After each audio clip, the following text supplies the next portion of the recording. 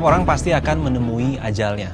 Namun ketika kita tahu ajal sudah di depan mata, tapi tak tahu kapan nyawa akan dicabut dari raganya, hal ini menjadi penderitaan batin dan mengusik rasa kemanusiaan.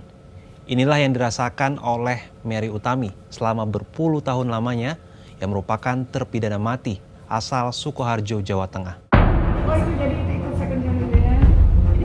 Lebih dari 2 dekade, Mary mendekam dari satu penjara ke penjara lain tanpa tahu kapan hari akhir hayatnya. Setiap pagi dia terbangun dengan bayang-bayang eksekusi mati. Pada tahun 2023 ini, Mary memasuki tahun ke-22 hidup di balik jeruji. Hampir separuh dari 48 tahun usianya dia jalani di dalam penjara. Ibu 2 anak ini terus merawat mimpi untuk kembali berkumpul dengan keluarga, terutama putrinya yang kini sudah menikah. Kepada Komisioner Komnas Perempuan Ferianto Sitohang, Tia Sri Windani, dan Satyawanti Masudi, Mary mengungkapkan perasaannya sebagai perempuan terpidana mati yang menanti keadilan. Setelah menjalani waktu di dalam penjara yang begitu panjang, ia berharap suatu saat akan bebas. Mary Utami adalah mantan pekerja migran di Hong Kong. Perempuan kelahiran Sukoharjo, Jawa Tengah ini tersangkut kasus narkotika berawal pada Oktober 2001. Kisah kelam itu bermula saat Mary yang kala itu sudah berpisah dari suaminya, bertemu dengan seorang warga Kanada yang mengaku bernama Jerry. Mereka bersua di gerai McDonald Sarinah, Jakarta Pusat. Setelah berkenalan, Mary dan Jerry sempat berpacaran selama 3 bulan. Pada 16 Oktober 2001, Jerry mengajak Mary berlibur ke Nepal. 4 hari berselang, pada 20 Oktober 2001, Jerry kembali ke Jakarta dengan alasan mengurus bisnis. Adapun Mary diminta tetap di Nepal karena akan ada tas yang diberikan teman Jerry kepada Mary.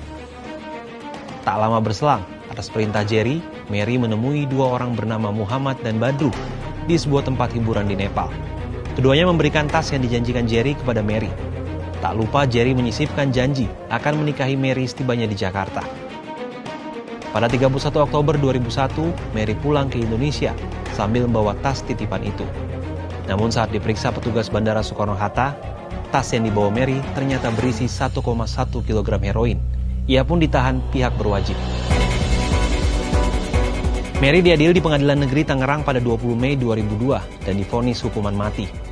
Pada 28 April 2014, ia mengajukan peninjauan kembali.